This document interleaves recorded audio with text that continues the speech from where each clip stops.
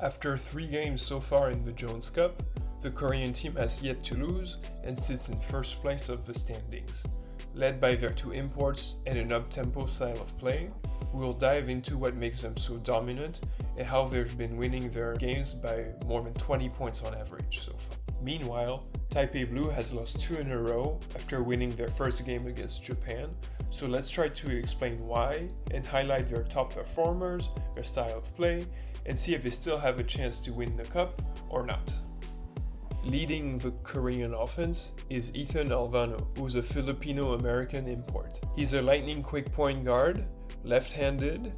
He loves to play in transition and throw hit-ahead passes to his teammates, pushing the pace every chance he gets, basically. He shoots 47% from 3 so far, so he's a knockdown shooter, and you really have to honor the jump shot. And when he became hot and he was a problem, they tried to deny him the ball, but he still gets it after the dribble handoff, and they blitz the pick and roll, but he's way too quick and managed to split the trap and get to the rim. And that's the thing, for a short guard, he's really good at finishing at the basket with either hand. He's at his best playing in transition, and out there he's really a demon because no man can stay in front of him and guard him one-on-one, and he pretty much gets to the rim at will anytime he wants. And in the half court, in the pick and roll, he can punish the drop coverage with a little floater over the top of the defense. The final score doesn't tell the full story because Taiwan was actually in the game at first, mostly thanks to Brendan Gilbeck, who became Brook Lopez for 1 game and started knocking down 3s out of delay action. Of course, he's a giant, so he can always finish over the top, especially against a smaller team. And on defense, he's obviously a great rim protector, so he was doing a good job of limiting easy layups opportunities for them. The bench also gave Taiwan a huge boost at first, starting with Jonah Morrison, a small ball 5, very capable of hitting open catch-and-shoot 3s. He's also a good screener who can pick and pop and help the team with its spacing in the half court. So that's very helpful. And his teammate Song Shin-hao is a combo guard, score first, very capable of making tough shots. So they really helped us stay in the game at first.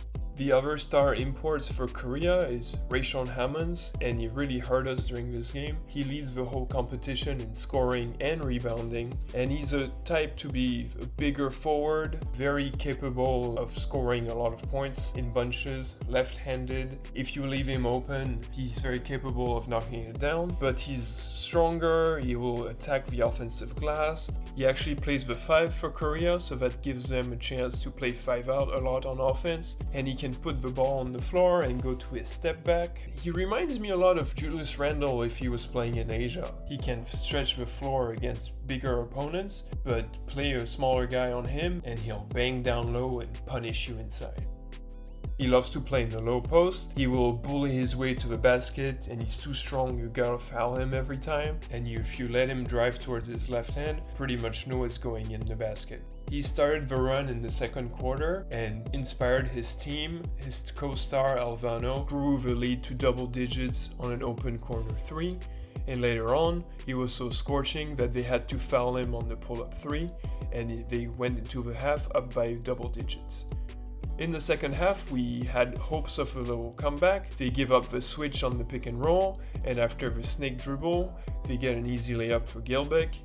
Then he gets a block, and then it's off to the races, and Gilbeck runs the floor, and he's gonna clean up the miss for Taiwan. They cut the lead down to 6 at this point, and everything seems possible, but they turn it over on the baseline out of bounds, and then they give up an easy layup on the other hand. And that's another story of the game. Extra possessions, loose balls and offensive rebounds kill you basically, and they give up a ton of those.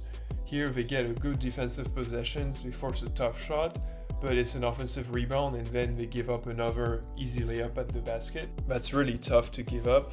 So they switch to a 2-3 zone to try to throw Korea out of their game, but they react really well and find open cutters at the rim. They pass the ball around the zone and they find open shooters for catch and shoot 3s pretty much on every play. And what seemed like a good adjustment just doesn't pan out at all because Korea keeps growing the lead. But Taipei will try to put up a fight.